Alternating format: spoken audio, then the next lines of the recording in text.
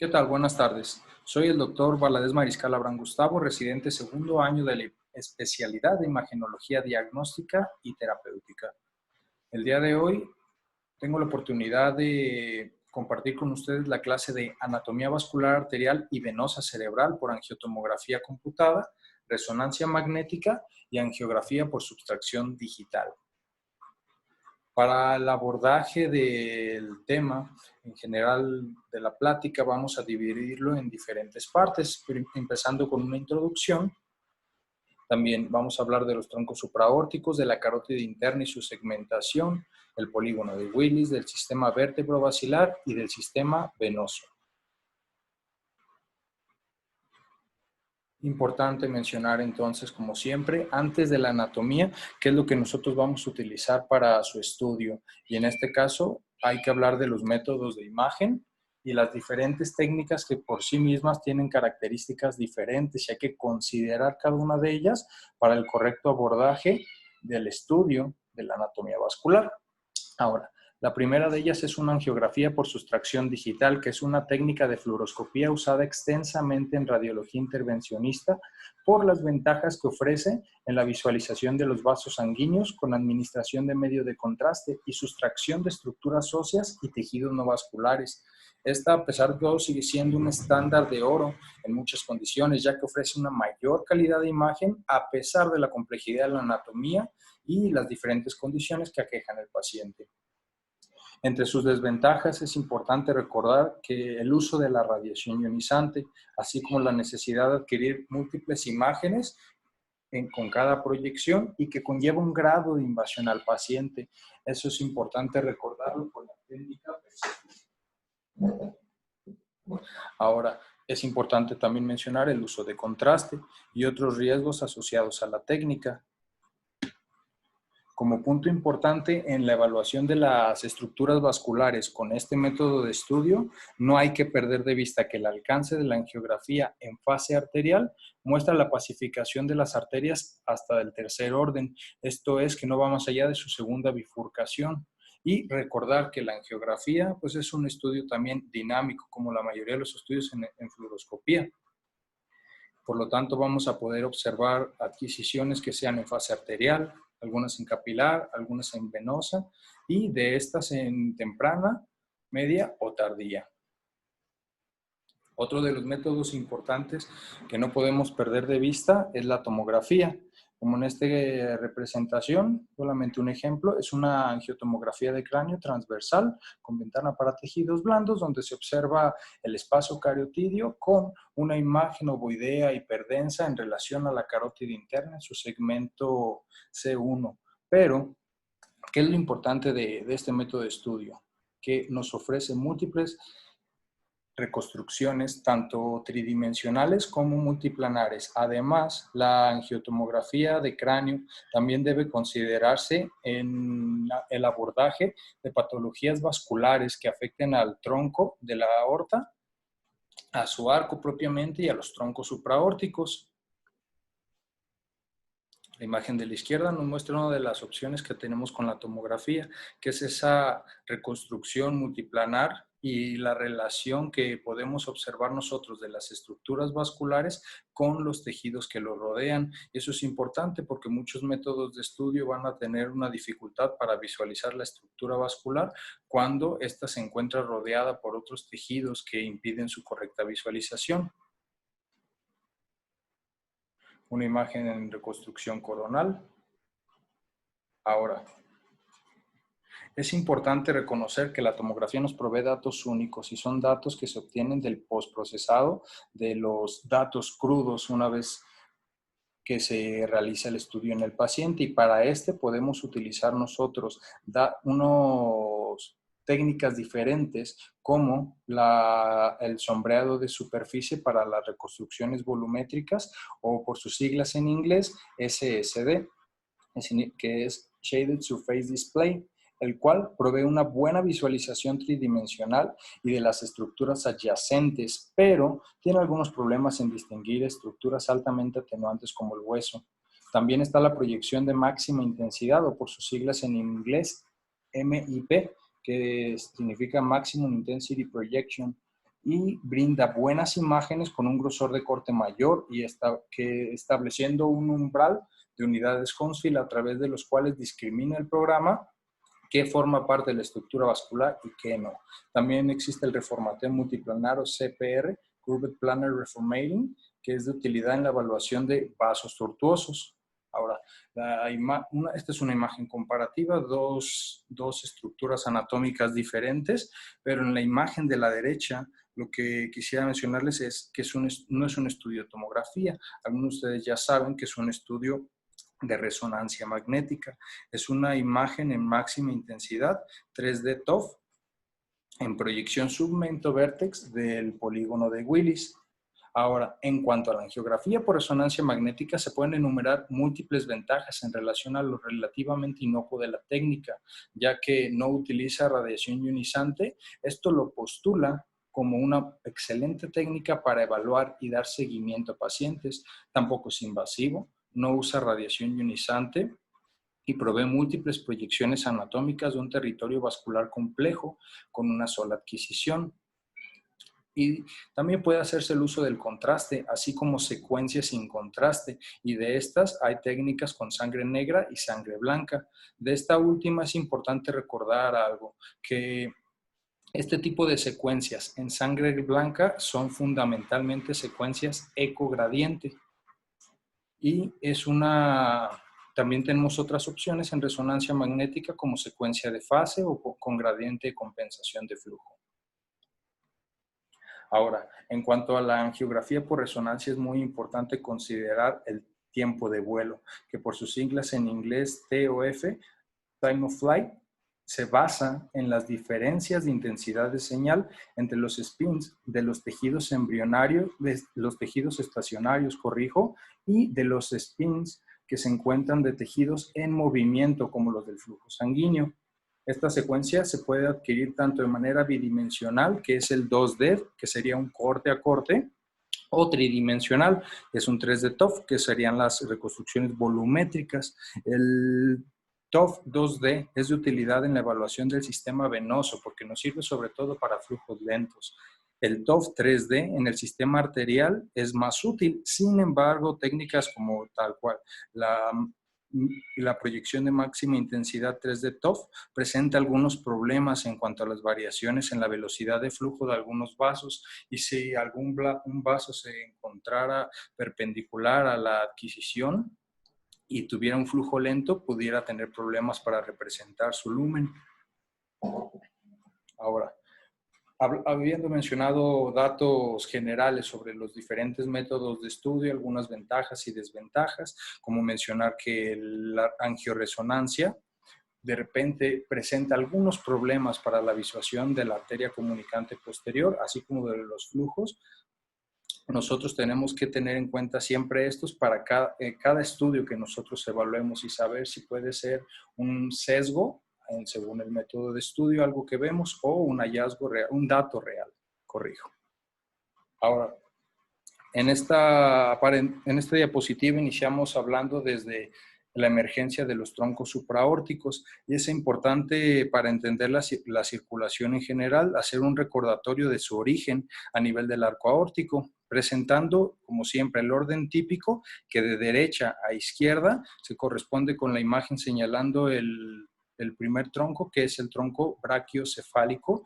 Entre el tronco brachiocefálico y la arteria carótida y la arteria subclavia izquierda se localiza el vaso señalado con el número 5, que es la arteria carótida común izquierda, y el vaso número 6 es o el vaso señalado con el número 6 corresponde a la arteria subclavia, como mencionaba. Ahora, esta es una de las disposiciones comunes o lo que se presenta en el 75% de los casos, pero podemos encontrar variantes anatómicas, como de este cuadro. ¿Cuál creen ustedes que sea la variante anatómica más frecuente? Así es la variante tipo A.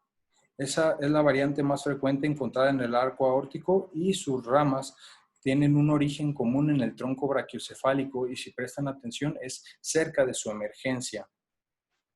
Sin embargo, esta malformación también, o variante anatómica también llamada arco bovino, no es un verdadero arco bovino tal cual y presenta otras variaciones que son más infrecuentes que esta por sí.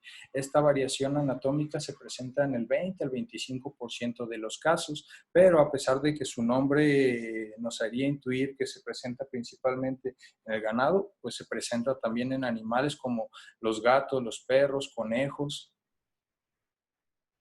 y existen otras variaciones, así como puede compartir la emergencia de la carótida común izquierda, un mismo tronco con el tronco brachiocefálico.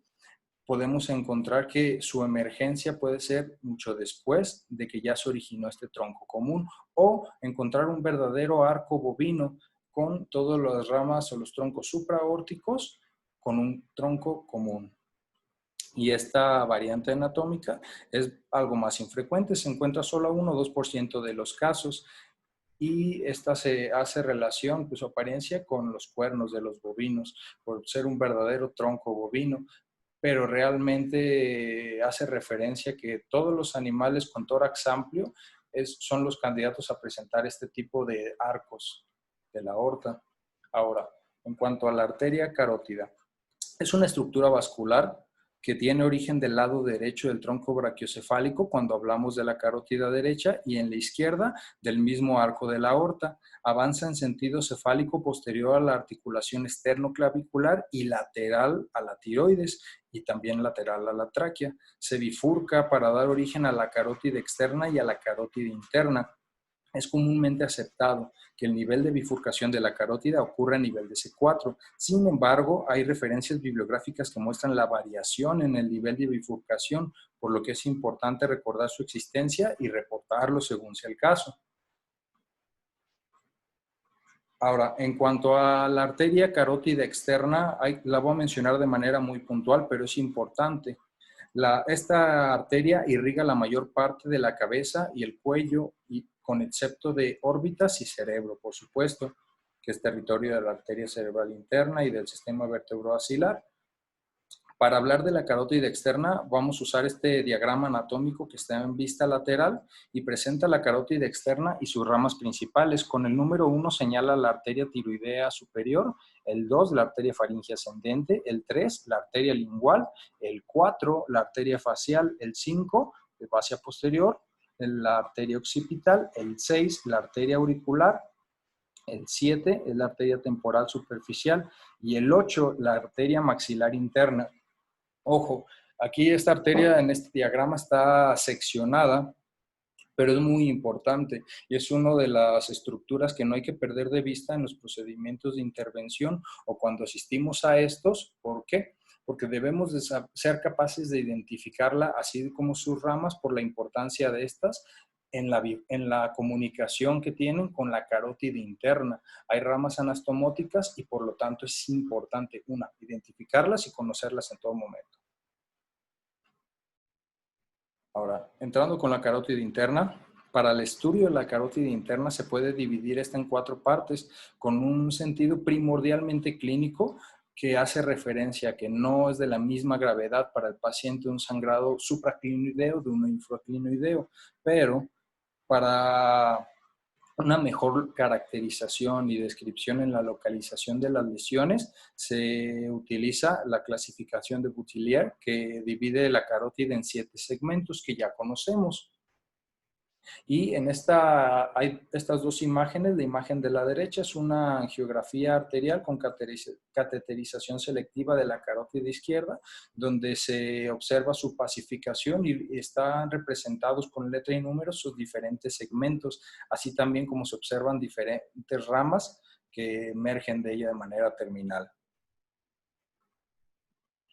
Estas son imágenes recortadas de un MIP de 3D TOF, una resonancia con máxima intensidad en 3D TOF, donde también se representan de manera didáctica los segmentos de la carótida interna que vamos a revisar adelante. Para iniciar, el segmento C1 cervical es el primer segmento de la carótida interna. Este hay que saber que se divide en dos, en el bulbo carotidio y la carótida cervical, que es una porción ascendente. No emite ninguna rama y termina cuando la carótida interna entra en el conducto carotidio del peñasco del temporal. Ahí ya cambia nombre. Y aquí en estas imágenes, tanto en el diagrama anatómico como la pieza anatómica del corte real, la agrego para ayudarnos a dimensionar de repente la estructura vascular diseccionada y las relaciones que tiene con los demás tejidos, porque es importante dimensionar bien y entender las relaciones que tienen estas con sus alrededores para poder discernir si hay alguna alteración, no en ellas, sino en estructuras adyacentes. Aquí representada como el segmento C1, también en la angiografía con sustracción digital, en la proyección lateral y en el 3D TOF, proyección oblicua. Y apenas se alcanza a ver en la proyección de la angiografía anteroposterior.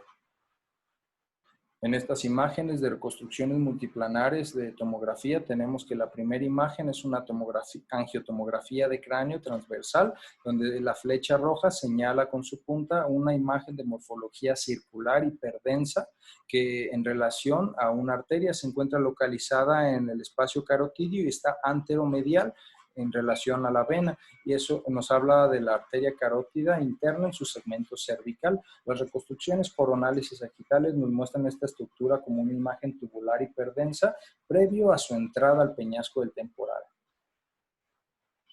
Ahora, en el segmento C2 o petroso, el segmento petroso entra a la base del cráneo a través del conducto carotidio y está rodeado en todo momento por periostio y está contenido durante todo su trayecto por el hueso temporal.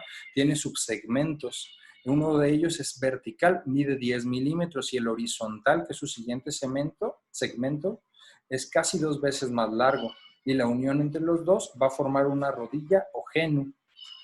Está, en cuanto a las ramas, emite la arteria carótido-timpánica y la arteria vidiana y son pequeñas e inconstantes.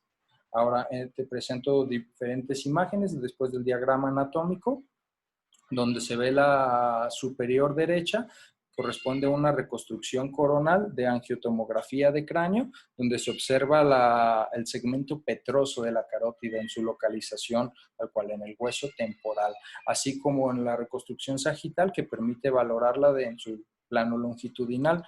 La imagen inferior izquierda es una tomografía de cráneo transversal con ventana para hueso donde la punta de flecha señala esa imagen ovoideo hipodensa que va en relación a la arteria en su segmento petroso, una vez que está por salir del cráneo y entrar a la fosa media. Dos imágenes en proyección lateral, la primera de ellas el 3D TOF y la segunda una angiografía con sustracción, donde las flechas señalan el segmento petroso. Así también, imágenes de 3D TOF en proyección anteroposterior y un angiograma con sustracción digital en proyección anteroposterior, donde la flecha señala el segmento petroso de la arteria carótida interna. En el segmento lacerum, este es un segmento importante y cabe mencionar que continúa del segmento petroso desde el conducto donde termina el conducto carotidio. Aquí ya dentro del cráneo, la arteria carótida interna se dirige por encima y no a través, eso es importante recordarlo, del agujero rasgado anterior, que este está cubierto de cartílago. La arteria en este segmento está rodeada de una capa de periostio y tejido fibrocartilaginoso que cubre el agujero rasgado formando un suelo cerrado por un techo y que tiene un techo abierto y es a través del cual sale la arteria carótida. El segmento lacerum termina al nivel del ligamento petrolingual, que es un pequeño repliegue perióstico que discurre anteriormente entre la língula del hueso esfenoides y la punta del peñasco. Generalmente este segmento no da ninguna rama, aunque puede originar la arteria vidiana. Y en estas imágenes presento el diagrama anatómico donde el C3 y la flecha señalan el segmento limitado por el ligamento petrolingual que está en sentido superior Después, una angiografía con sustracción digital, donde la flecha blanca señala el segmento, las líneas representan el ligamento petrolingual y el círculo representa el foramen del conducto carotídeo interno. Ahora, ese corte anatómico en plano sagital muestra también y realza el segmento lacerum. Esta imagen anatómica de fosa media, sobre todo la puse para que se observe el foramen lacerum y su localización y se vea ese surco a través del cual en imágenes de tomografía como la superior se observa la disposición en sentido anteromedial y cómo discurre la arteria carótida interna por este segmento, así como se observa en la reconstrucción sagital y en este 3D TOF en proyección antero-posterior. En esta imagen de resonancia magnética de cráneo en plano sagital, es un ecogradiente con sangre blanca. Es difícil de notarlo por la falta de la señalización, pero el punto naranja en la imagen hiperintensa señala la arteria carótida interna en su segmento lacerum. ¿Okay? En estas imágenes, ambas en proyección lateral de 3D TOF y un angiograma con sustracción digital, observamos también señalizadas el segmento lacerum. Ahora, en cuanto al segmento cavernoso, el segmento C4 se inicia al margen superior del ligamento petrolingual. Este tiene 3 segmentos, una porción ascendente o vertical, tiene un segmento largo horizontal y la porción corta o vertical. Y entre las uniones de estos segmentos se forman 2 curvas o rodillas suaves. El segmento C4 sale del seno cavernoso a través de un anillo dural en su pared superior y está rodeado por tejido areolar en cantidades variables de grasa, interconexiones venosas del plexo del seno cavernoso y los nervios simpáticos postganglionares. Ahora, este es un segmento bastante importante, señalado tanto en el angiograma y con imágenes sombreadas longitudinales. Se ve cómo continúa después del ligamento petrolingual y se limita hasta, con el límite superior es el anillo dural proximal, a partir del cual se continúa el segmento C5. En las imágenes de tomografía lo observamos a nivel de o cerca del esfenoides, como esa imagen hipodensa ovoidea, en la tomografía transversal señalada con esa imagen azul. Y los otros niveles de corte se alcanza a observar el segmento horizontal largo, que es importante. Los 2 segmentos verticales son más cortos, así que es fácil verla en el segmento horizontal largo. Y las imágenes de angiografía con sustracción digital en proyección lateral y oblicua nos muestran ese segmento. Ahora, en cuanto al segmento cavernoso, hay más cosas que comentar respecto a él. Se relaciona lateralmente con muchas estructuras, ya que está en el seno cavernoso. Y en el seno cavernoso, como muestra este corte anatómico en plano coronal, hay unas estructuras que se localizan lateral a ellos, que son los nervios, y de arriba hacia abajo corresponden el tercero, cuarto par craneal, y luego la rama B1 y B2 del quinto par craneal, porque la rama B1 sale antes por el agujero oval. También guarda una relación estrecha con el ganglio de Gasser.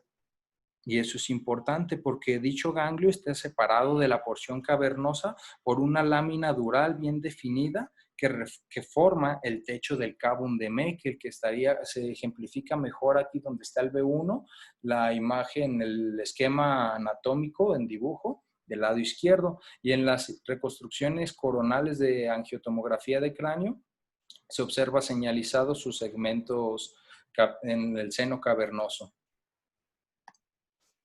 Ahora, desde el inicio mencionábamos la importancia de las arterias carótidas y sobre todo la arteria carótida externa por sus anastomosis que forma con el segmento cavernoso. Y entonces les presento estas imágenes. Una es un diagrama anatómico coloreado obtenido del libro de Neta y Neuroanatomía, pero la imagen central es una angiografía con sustracción digital donde se observa como dato positivo señalado por la flecha negra de mayor tamaño la ausencia en la pacificación de los segmentos distales de la arteria maxilar, que está señalada con el número 2. Esto por una embolización selectiva en una paciente con epistaxis. ¿Qué es importante? Pues que sepamos nosotros cuáles son las ramas, cuáles son las anastomosis que va a presentar, porque la arteria maxilar presenta ramas como la arteria meningia media que hacen anastomosis vía arteria oftálmica con la carótida interna. Entonces, importante. Y nada más aprovechando esta imagen en el diagrama anatómico superior derecho, se observa la relación tan estrecha que tiene con la hipófisis y en este segmento emite algunas ramas hipofisiarias que son inconstantes, pero que en angiografías podemos, si ponemos atención, observar la opacificación rápida de la hipófisis a pesar de que sean fases arteriales todavía tempranas y nos hablaría de qué, pues de que estamos en este segmento, de que se está opacificando. Estas son dos imágenes antero-posterior, la primera el 3 de TOF y la segunda la angiografía con sustracción, donde se señala el segmento cavernoso, así como en estas proyecciones laterales. Ahora, el segmento clinoideo. Es el segmento más corto de la arteria carótida interna. Comprende un área pequeña que tiene forma de cuña. En la imagen de la izquierda es un corte anatómico donde es un paciente que se le hizo una resección del proceso clinoideo anterior con el que está en una estrecha relación, pero se crea ese espacio que es el receso del proceso clinoideo anterior por el que podemos verla. De manera común en ese corte no lo visualizaríamos y lo que quiero demostrar o ejemplificar son los anillos durales que la delimitan. Nótese con el 3 y con el 2 y las líneas punteadas blancas que delimitan 1, el 3, el anillo proximal dural y 2, el anillo dural distal. Y este es el segmento de la carótida interna interdural. Generalmente no emite ninguna rama. Entonces, a menos que la arteria oftálmica se origine en el segmento interdural, aunque es algo bastante infrecuente.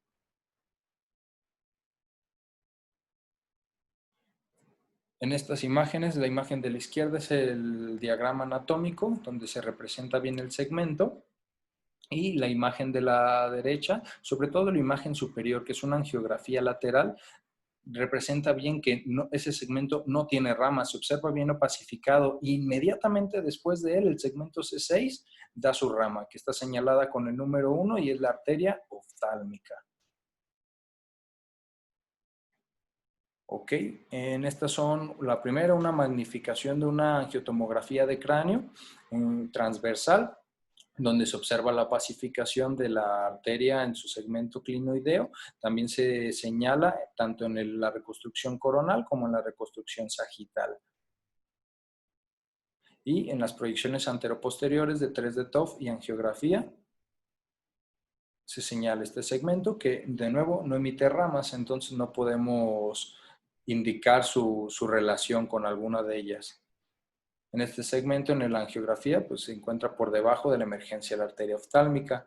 Ahora, hablando de la arteria oftálmica y del segmento oftálmico particularmente, este se inicia pasando el anillo dural distal y presenta característicamente la emergencia de la arteria oftálmica, que se observa en esta imagen de angiografía en proyección lateral, en fase arterial, donde se opacifica esa estructura tubular que continúa por delante del segmento C6. Y se observa una imagen, una pacificación tenue de una arteria en el segmento C7, señalada con el número 8 y 2 flechas, que corresponde a la arteria cerebral comunicante posterior. Muy bien. En estas imágenes se representa en el plano transversal de una tomografía de cráneo, angiotomografía de cráneo, la pacificación de la arteria, pero no se alcanza a distinguir la rama oftálmica, mientras que en la resonancia magnética de cráneo, en adquisición transversal, es un 3 de TOF ecogradiente, sangre blanca, se observa muy bien la emergencia de la arteria oftálmica señalada con la flecha roja y un puntito rosa ahí. En las proyecciones laterales del 3 de TOF y la angiografía se señala el segmento oftálmico y su notable emergencia de la arteria oftálmica. Y de repente es otra de las cosas que tenemos en cuenta. No es que el paciente de la izquierda no tenga arteria oftálmica, es que a veces no todos los vasos se van a observar la proyección de máxima intensidad del 3 de TOF. Hay que recordar eso.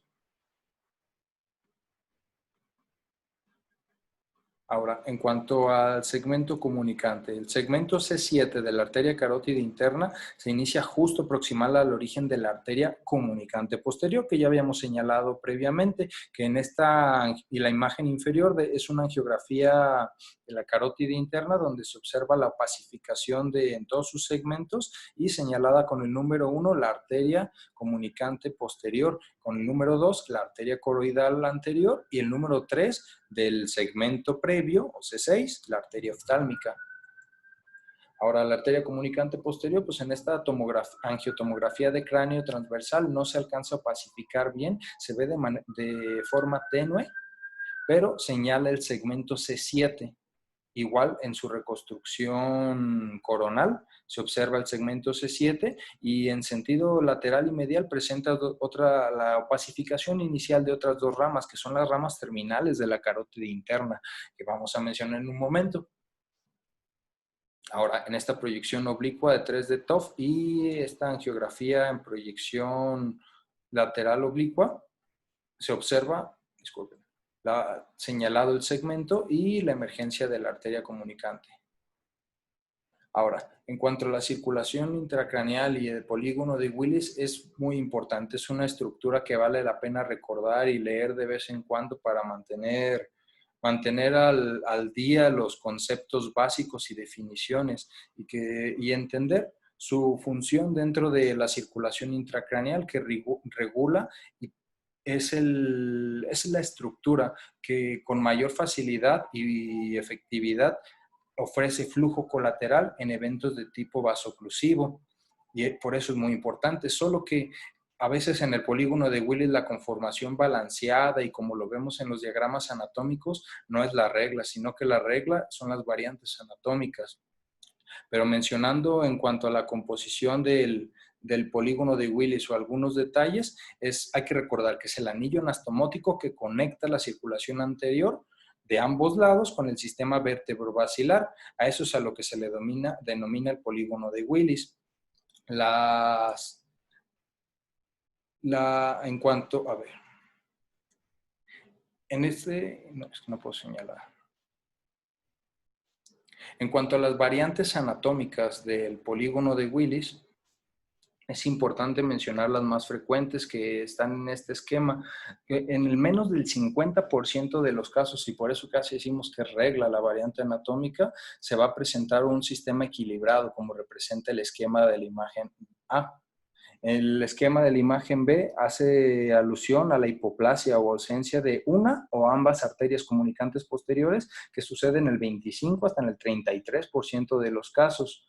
En el esquema C, la hipoplasia o ausencia de la cerebral anterior en su segmento precomunicante, que está en el 10 al 20% de los casos. El esquema D, el origen fetal de la arteria cerebral posterior derecha con hipoplasia del segmento de la cerebral posterior, el segmento precomunicante o P1. Y en la imagen E, esa presenta un origen fetal de la arteria cerebral posterior con ausencia del segmento A1 de la arteria cerebral anterior, precomunicante, y también falta en el segmento comunicante posterior con el sistema. Ahora, hablando de cómo se conforma el polígono de Willis y qué es lo que nos va a ayudar a distinguir sus diferentes componentes, vamos a hablar de uno de los vasos más importantes, la arteria cerebral media. La arteria cerebral media es ya de por sí la mayor de las dos ramas terminales de la arteria carótida interna, irriga la mayor parte de la superficie lateral de los hemisferios cerebrales y por ello eventos de tipo isquémico, eventos de tipo infarto o vasoclusivos principalmente ocurren en este territorio vascular. Es frecuente además la presencia de aneurismas y de malformaciones vasculares en la arteria cerebral media. Y de manera breve, segmentos que ustedes ya conocen. El segmento M1 horizontal, representado en el diagrama anatómico como la primer parte horizontal con un sombreado longitudinal. Después un sombreado más oscuro en el segmento post-bifurcación del segmento M1, porque cabe mencionar que tiene dos segmentos y comúnmente se bifurca, pero se bifurca antes de llegar al himen de la ínsula. Se bifurca comúnmente a los 10 o 12 milímetros de su origen. Y es importante recordar ese dato para saber cuándo se trata de una bifurcación temprana y poder describirla. Esta a su vez se divide en dos o más segmentos. Y en la mayoría de los casos se va a estar dividiendo, como les menciono, antes de llegar a la rodilla o al himen de la ínsula, que corresponde a la parte más inferior del lóbulo de la ínsula. Y preguntan de repente en cuántas ramas se divide la arteria cerebral media. Lo más frecuente es que se divida se bifurque hasta en el 78% de los casos. Y el 12% de los casos se trifurca. Y más de eso, solo en 10% de los casos. Ahora, ese es el segmento M1, un segmento horizontal a grosso modo con dos subdivisiones, pre y posbifurcación. El segmento M2 o insular son segmentos que se constituyen conforme los troncos, y digo troncos porque ya se dividió la arteria cerebral media, se dirigen en sentido posterior-superior desde la rodilla y que forma la arteria cerebral media al curvarse en el óvulo de la ínsula, y la porción M2 de la arteria cerebral media va a componerse de 6 a 8 arterias principales que se encuentran en la ínsula y se dirigen a la parte más alta de la cisura silviana y del surco circular. En esta parte, considerando M1 y M2 como rama o segmentos proximales de la arteria cerebral media, hay que conocer las ramas porque tiene ramas perforantes y corticales. La imagen de la derecha es una pieza anatómica en corte coronal con inyección de contraste plástico en las estructuras vasculares para representarlo mejor. Y aquí en la anatomía cruda, tal cual, se observa bien todos los segmentos de la arteria cerebral media y su disposición, cómo asciende hasta la parte más alta de la cisura silviana y el surco circular. Ahora, en esta imagen presento tres otras imágenes: una angiografía en proyección anteroposterior en fase arterial, una magnificación de una angiotomografía de cráneo y una reconstrucción o una resonancia magnética de cráneo, dos de TOF con sangre blanca, donde se observa la arteria cerebral media en los últimos dos métodos de estudio en su segmento M1 principalmente, pero en la angiografía podemos observarlo prácticamente en todos sus segmentos. En esta angiografía, el número 1 está señalando el segmento M1 prebifurcación, el 2 el segmento M1 postbifurcación, el número 3 señala la rodilla de la arteria cerebral media. Hay que ir siguiendo aquí los puntos. El número 4, esos son las arterias perforantes de la arteria cerebral media, también llamadas arterias lentículo estriadas, sumamente importantes, ahorita las menciono. El 5 es el segmento M2, el 6 es el segmento M3. ¿Por qué? Porque una vez que llegan al punto más alto señalado por el 8, que corresponde al ápex de la cisura de Silvio, que es el punto angiográfico silviano, a partir de ahí desciende y se constituye el segmento es el segmento M3, y las ramas corticales señaladas por el 7, que sería el segmento M4.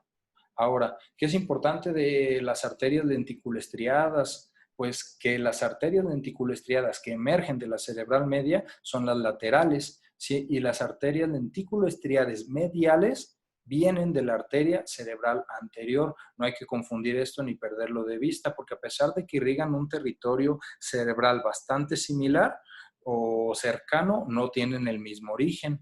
Entonces, la segunda imagen de angiografía de la carótida interna izquierda, en proyección, esta es oblicua, permite ver bien las arterias lenticuloestriadas señaladas por el 6 y el 7. El 6, las mediales, y el 7, las laterales. Y una pieza anatómica donde se demuestra la relación que tienen señalada por el número 8 y cómo emergen del segmento M1 de la cerebral media. En esta diapositiva es sobre todo para hablar del territorio vascular de las arterias cerebrales medias y en su segmento, sobre todo por las ramas que van a estar brindando, y esto varía también según las ramas que brinde la arteria cerebral anterior, pero generalmente el territorio de la arteria cerebral anterior, de la arteria cerebral media, corrijo, con sus ramas perforantes es la mayor parte del núcleo caudado, la cápsula interna, la mayor parte de los ganglios basales incluso, las ramas corticales va hacia el polo inferior del lóbulo temporal.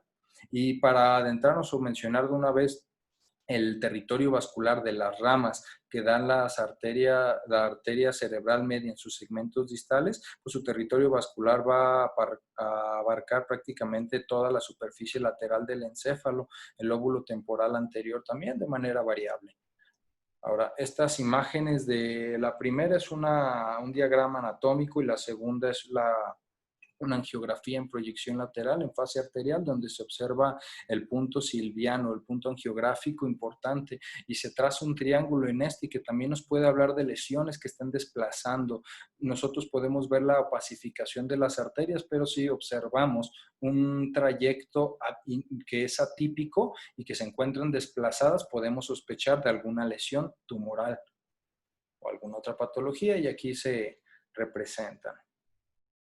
El segmento, para mencionar y establecer nada más, el segmento M3 o percular comienza en la parte más alta del surco circular y desde ahí se dirigen lateralmente a través de la cisura de Silvio. Tiene característicamente una doble curva el segmento M3 y la primera tiene lugar donde los segmentos M2 discurre por encima de la superficie de la ínsula y cambia la dirección a 180 grados. Y es esto que vemos, es ese bucle en el punto más alto, ese giro que realiza.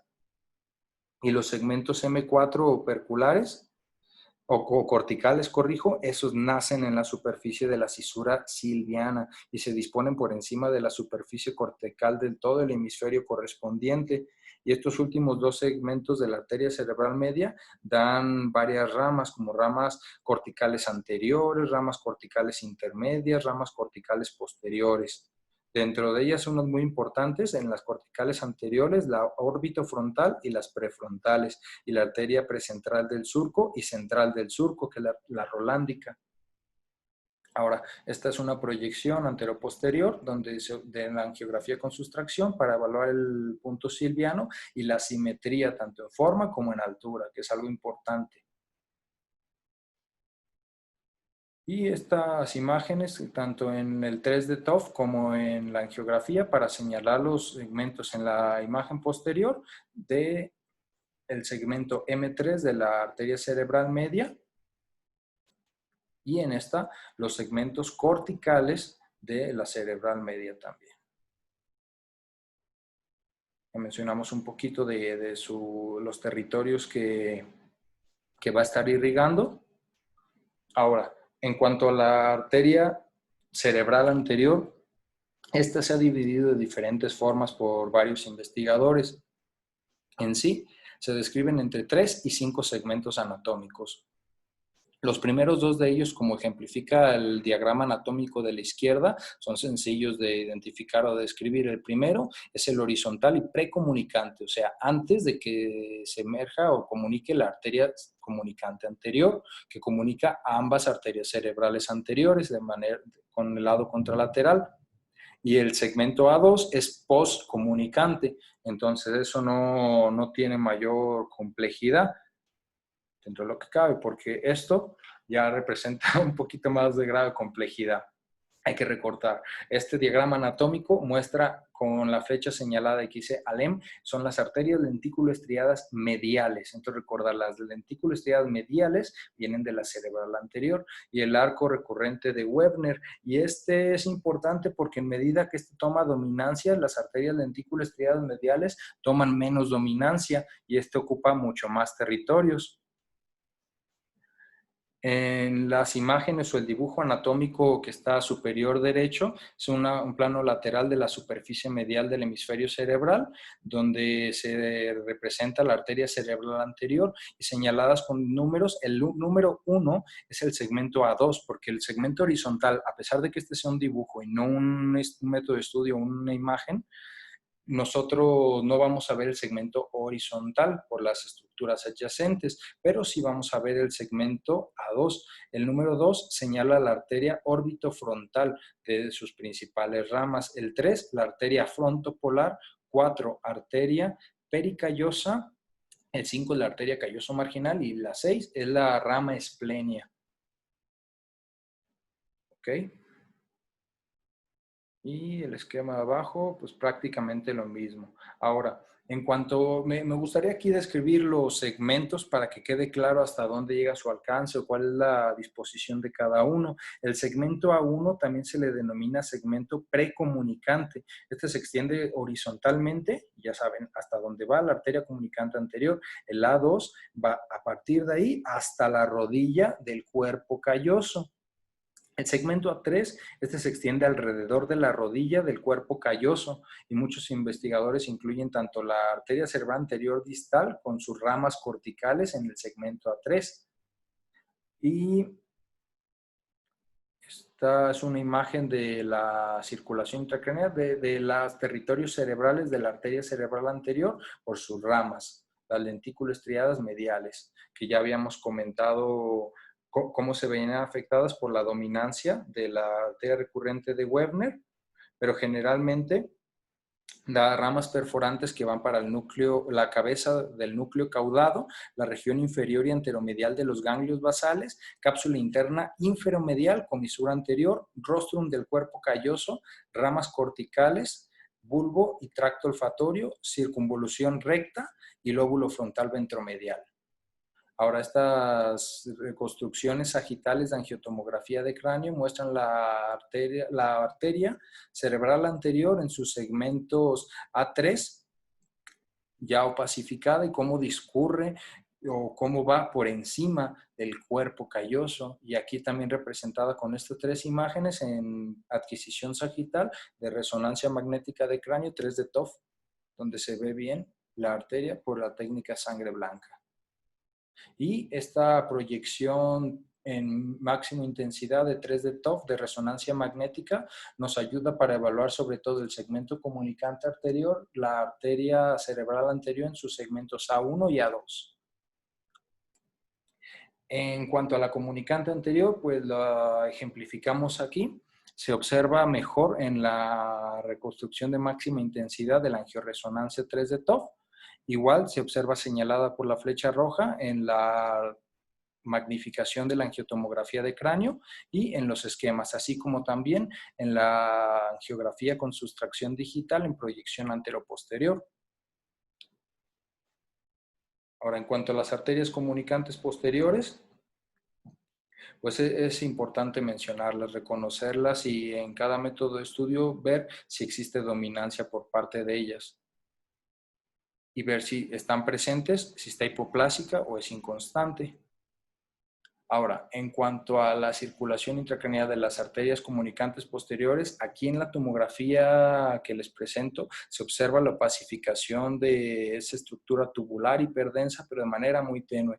A pesar de que la resonancia magnética no es el mejor método de estudio para su evaluación, se representa bien, está señalado por la flecha roja. Y el estudio inferior derecho, la angiografía con sustracción digital, en proyección me parece que es TAUN, la muestra también señalada con la flecha roja, la del lado derecho. Y es importante que si tenemos una alteración en el cuarto par craneal de manera asimétrica, hay que descartar un aneurisma de esta arteria por su relación tan estrecha. Ahora, con el sistema vertebrovascular, con algunas excepciones menores, toda la irrigación del bulbo, la protuberancia, mesencéfalo y del cerebelo proviene del sistema vertebrovascular. Es importante recordar cómo se compone, cuáles son sus orígenes, y para ello los orígenes vienen del arco de la arteria subclavia, emergen de manera común ambas arterias vertebrales, y se dividen para su clasificación y estudio en 4 segmentos. Del 1 al 4 es el segmento extraóseo, foraminal, extraespinal e intradural. Ahora, para evaluarlo aquí en estas imágenes, tanto en el plano anatómico que muestra sus curvaturas, como en el dibujo que está en el número 2, la angiografía con sustracción digital en proyección lateral y la reconstrucción con proyección de máxima intensidad de la angiotomografía de cabeza y cuello, se observa la arteria vertebral en sus diferentes segmentos y ya nos señalan en muchos de ellos cuáles son, pero para saber de qué punto a qué punto vamos a mencionarlo de manera puntual. El segmento M1, si podemos observar la reconstrucción sagital de la angiotomografía con proyección de máxima intensidad para ir siguiendo la descripción, se comprende su origen desde la arteria subclavia y se dirige hacia atrás y hacia arriba para entrar en el agujero transverso de la sexta vértebra cervical. De ahí, el segmento B2 o foraminal asciende casi verticalmente y pasa por los agujeros de las apófisis transversas de las vértebras de C3 a C6, sigue un curso con forma de L invertida, atraviesa C2 y asciende y gira hacia afuera al salir del axis y después vuelve a girar para dirigirse hacia arriba a través de los agujeros transversos de C1. El segmento B3 inicia cuando la arteria vertebral sale de C1 y finalizan al penetrar en la dura madre. Tras pasar el agujero transverso de C1, cada arteria vertebral tiene una marcada curva posteromedial que se observa muy bien en el corte anatómico. Y en el segmento B4 o los intradurales, estos avanzan anteromedialmente a través del agujero magno, que se va a observar mejor en estas magnificaciones de angiotomografía transversal de cráneo, con su entrada al foramen magno y la reconstrucción coronal, que muestra también la pacificación a los lados de la columna, de la médula. Entrando el agujero magno. En estas imágenes anteroposteriores de angioresonancia en 3D TOF y angiografía con sustracción digital, se señalan con la flecha la arteria vertebral, que recordemos que va a confluir para formar la arteria basilar.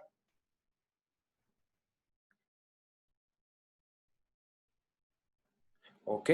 En esta diapositiva tenemos dos imágenes. La primera de ellas es un corte de una pieza anatómica en una vista inferior y el otro es un diagrama anatómico del sistema vertebrobasilar y representando sus principales ramas. Y hay que notar sobre todo los principales vasos, el 1 y el 2, las arterias vertebrales señalizadas. En el punto 5 señaliza la unión de las arterias vertebrales que confluyen para formar la arteria vertebral. El 6 es una rama que viene de la arteria basilar y la arteria cerebelosa anteroinferior o AICA. Y si vemos un poquito más abajo, vemos la emergencia de una rama de la vertebral, que es la arteria cerebelosa posteroinferior. Sumamente importante recordar entonces, ¿dónde está la emergencia de estas arterias? Porque son pregunta de examen, y recordar sus relaciones para ver los territorios que irrigan. Continuando hacia arriba, el número 7 señala las ramas pontinas. El número 8 está señalando un vaso o una rama, que es la arteria cerebelosa superior. El número 9 señala la arteria cerebral posterior, ya en su segmento P2. Y el número 10, la arteria comunicante posterior. El número 11, la arteria carótida interna. En esta imagen de una angioresonancia con 3D TOF en MIP, observamos también bien representadas las arterias vertebrales con el 6 confluyendo hacia el 4, que es el tronco basilar, y después que muestra en el número 2, es un punto que denominan la cabeza de la arteria basilar, que es el punto de la bifurcación. Con el 1 señala la arteria cerebral posterior en sus segmentos P1 y P2, y se señalan otras cosas. El 7 corresponde a la arteria cerebelar posterior-inferior. El 5 se corresponde con la arteria cerebelar anterior-inferior. El 3 se corresponde con la arteria cerebelar superior y nada más. Entonces, verlos tanto en el diagrama anatómico como en el método de imagen. Y el plano lateral, tanto del 3D TOF como el diagrama anatómico, pues nos muestran las relaciones que guardan estas y las arterias que emiten. Nada más en el diagrama anatómico se observa una arteria que no se alcanza a delimitar bien en la angioresonancia, que es la arteria meningia posterior.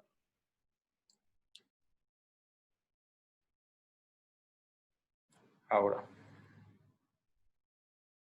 en cuanto a la circulación intracraneal y los segmentos del sistema vertebrovascular posteriores que corresponden a la arteria cerebral posterior, estas para su mejor estudio se han dividido en 4 segmentos. Son 2 arterias o número par, la mayoría de las veces, claro, que son las ramas terminales principales de la arteria basilar.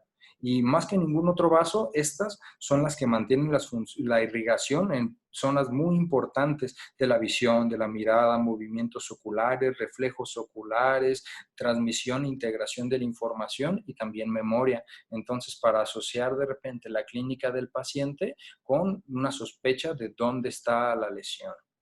Y como comentábamos, se divide en 4 segmentos, del 1 al 4, corresponde al segmento precomunicante o mesencefálico, el segmento ambiens, cuadrigémino y calcarino. Ahora, para explicarlo aquí de manera general, vamos a hablar un poquito del segmento P1, es el precomunicante, se localiza dentro de la cisterna interpeduncular, desde la bifurcación de la arteria basilar hasta la unión con la arteria cerebral posterior. La arteria comunicante posterior, corrijo. El P2 o ambiens va desde que se junta la arteria comunicante posterior alrededor del pedúnculo mesencefálico hasta la lámina cuadrigeminal lateral. El P3, que está señalizado aquí en el diagrama anatómico con una sombra pues, más densa, es el segmento cuadrigémino, se extiende desde la lámina cuadrigémina hasta el surco calcarino y el P4 calcarino representa el final de la arteria cerebral posterior en el interior del surco calcarino y da vascularidad tanto medial como lateral. Y aquí en la angiografía con sustracción digital en proyección anteroposterior podemos ver los segmentos señalados, tanto el P1, P2, P3 y P4. Antes de eso, me gustaría mencionar este esquema que representa la anatomía segmentaria y las ramas corticales de la arteria cerebral posterior, porque da ramas y hay que conocerlas. De arriba hacia abajo, iniciando con el número 1, la arteria temporal anterior, el 2, arteria temporal posterior, 3, arteria occipital lateral, 4, arteria temporal inferior anterior, 5, es la arteria temporal inferior media, el 6, arteria temporal inferior posterior, 7 son las ramas esplenias, la arteria pericallosa posterior que se ve cortada, y el 8, la arteria occipital media. El 9 tenemos la arteria parieto-occipital y por último el 10 con la arteria calcarina. Entonces hay que recordar esa disposición, esas ramas y tratar de tenerlas siempre en cuenta cuando evaluemos este vaso, por supuesto. Ahora, para hablar antes de hablar del sistema venoso, mostrar simplemente este esquema, la representación del territorio vascular de la arteria cerebral posterior y la división medial vascularizada del tercio posterior del cerebro a lo largo de la fisura interhemisférica, todo eso es su territorio. También es bastante extenso y parte del lóbulo parietal y la mayor parte del lóbulo occipital. Ahora, para hablar del sistema venoso, este es un tema también bastante importante, es un tema que en lo personal no había conocido hasta que hice una revisión del tema para dar esta clase. Y es bastante interesante. A mí me pareció mejor para su estudio una recomendación que hacen los anatomistas, que es dividirlo en el sistema, para su estudio, en sistema superficial y sistema profundo.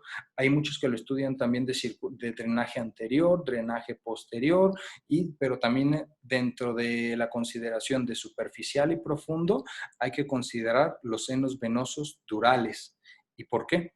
Porque hay que recordar que los senos venosos durales no son como cualquier otra vena. Los senos venosos durales del cráneo son conductos que están limitados por endotelio y se localizan entre la hoja perióstica externa y meningia de la dura madre. Estas están en son senos durales que están compuestos por capas densas o sea, rodeadas, más bien, no compuestos, rodeadas por capas de la dura madre, no poseen válvulas y sus paredes están desprovistas de tejido muscular.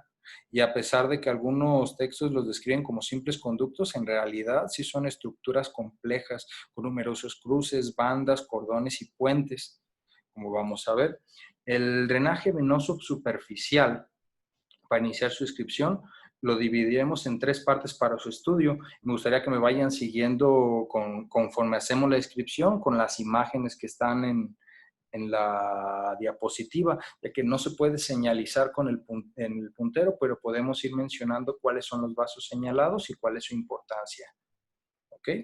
Entonces, el drenaje venoso superficial lo dividiremos en 3 partes, el superior, medio e inferior.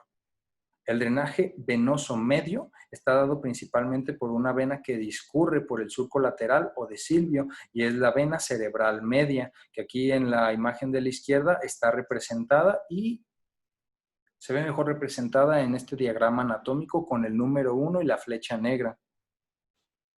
Es superficial, es un grupo de venas, son prominentes pero inconstantes en ocasiones y que recoge la sangre venosa de las partes laterales e intermedias del encéfalo. Después de la porción superior, yendo más, nosotros vamos a encontrar que la sangre drena a un seno venoso de la dura madre, localizado en la parte superior de la hoz del cerebro.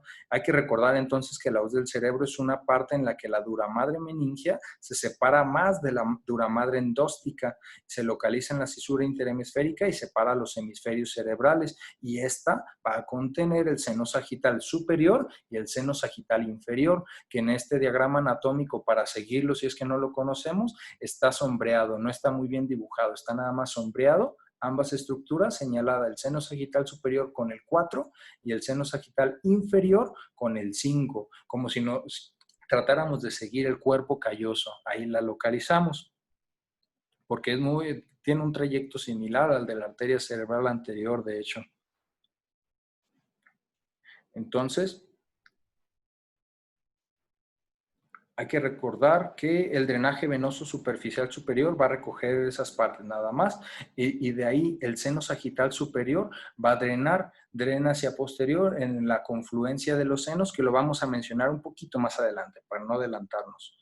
Ahora, por último, el drenaje de la parte inferior, hay que identificar el punto donde localizaríamos el tentorio del cerebelo, no porque el tentorio sea el punto que drena, sino porque nos sirve como referencia anatómica para decir dónde está ese drenaje venoso en el sistema inferior. No nos habla de que sea superficial o profundo, nos habla de que está en la parte inferior, hago hincapié en eso. Y esto se da por un seno que está localizado a nivel de la tienda del tentorio, pero en sentido lateral, y que es el seno transverso. Este recoge la sangre de la parte inferior y lateral e inferomedial de los hemisferios cerebrales. El seno transverso también recoge la sangre venosa de las partes superiores del cerebelo. Y dato importante es que el seno venoso occipital recoge la sangre venosa de las partes posteriores e inferiores del cerebelo. Eso es algo curioso. Si en este esquema o este diagrama anatómico nosotros vemos el número 7, por inferior a este vemos una imagen de una arteria que no está señalizada, pero correspondería con la arteria o con el seno occipital, que no va a drenar sangre del occipital, sino del cerebelo. Y eso pues es algo nada más para denotar. Ahora, en la parte más caudal entre el encéfalo y el cerebelo se localiza un sitio de confluencia de drenaje venoso. Ese sitio está señalizado con el número 7 y la flecha negra y recibe el nombre de confluencia de los senos venosos, de los senos, o también llamada tórcula de Erófilo o prensa de Erófilo, que se forma por la unión del seno sagital superior, seno recto y los senos transversos. ¿Ok? Importante recordar eso entonces. Ahora, antes de Avanzar. Es importante mencionar también que los tres sistemas están interconectados, así de superior, medio, inferior, sí, están conectados entre sí por medio de dos venas anastomóticas importantes. El drenaje superior y medio se conecta por una vena anastomótica, que es la vena anastomótica superior o detrolar, señalizada con el número 2 en este diagrama anatómico. Y el drenaje venoso superficial medio se comunica con el inferior por medio de la vena anastomótica inferior, también llamada de la B, que está señalizada con el número 3. Entonces, recordar esas dos venas, anastomótica superior, y si hay una superior, hay una inferior. En esta angiograma en tiempo venoso, con sustracción digital, las flechas señalan la vena anastomótica superior y la vena anastomótica inferior ya antes descritas, con una buena pacificación en ambos para identificarlas. Y en cuanto al sistema venoso superior, observamos en la primera imagen la reconstrucción coronal de la angiotomografía de cráneo con el seno sagital superior, la venografía por resonancia magnética, señalizando también el seno sagital superior, igual en la reconstrucción sagital de la angiotomografía, la flecha amarilla señala otro seno. Sí es el seno sagital, pero es el seno sagital inferior. En esta venografía por resonancia magnética se resalta o se señala la vena anastomótica superior, tanto en una adquisición sagital como en una anteroposterior. Ahora, el drenaje venoso profundo. El drenaje venoso profundo, me gustaría utilizar estas dos imágenes para explicarlo, así que hay que tratar de seguir de repente las imágenes y los números, porque de nuevo, una disculpa a la audiencia, no se puede señalizar con el método de grabado que estoy usando, pero vamos a proseguir. Este va a surgir principalmente de la confluencia de las venas tálamo estriada y la vena septal, que en el diagrama anatómico de la izquierda corresponden a la imagen, al número 1 y 4 en la angiografía pero no se ve la angiografía aquí, ahorita la voy a pasar. Ahí está. En la primera imagen, en la izquierda, el diagrama anatómico, las arterias talamoestriada y la vena septal y la vena talamoestriada son el 1 y el 4, mientras que en el angiograma en fase venosa, en la angiografía fase venosa, es el 1 y 2. Esas dos venas que se observan opacificadas confluyen para formar la vena cerebral interna, que en el diagrama de la izquierda está representada con el número 6 y en su imagen de la derecha de la angiografía lateral, venografía lateral, está representada con el número 3. Y a su vez, la vena cerebral interna se une a las venas basales de Rosenthal, que nacen de la profundidad de la cisura de Silvio junto al uncus del lóbulo temporal y que están representadas con el 9 en el diagrama anatómico y son la 4 en la venografía. Y estas van a confluir para formar la vena cerebral magna o vena de Galegno, que está señalizada con el 7 en el diagrama y con el 5 en la venografía. La vena de Galeno, a su vez, se continúa con un seno venoso de la dura madre, que recibe el nombre de seno recto. Y sí, adivinaron, en la angiografía es el 7 y en el diagrama anatómico es el 11, que como vemos en el diagrama anatómico, va a confluir a la confluencia de los senos, valga la redundancia. Pero es importante ver algo, el seno recto también recibe sangre de otras venas. No la vena cerebral magna no es su único afluyente, vaya, también recibe sangre venosa del seno sagital superior, representado en la venografía lateral con el número 6.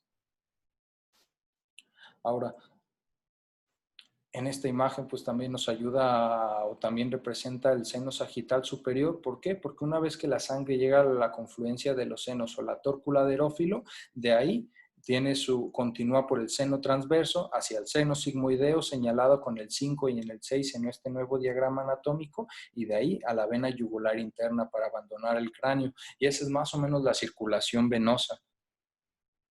Ahora, en estas imágenes son venografías en tiempo medio donde se señalan en la imagen de la izquierda, que es una proyección lateral con la flecha roja, el inicio del seno recto, con la flecha amarilla es el seno sigmoideo. Nótese esa morfología en S que le da su nombre.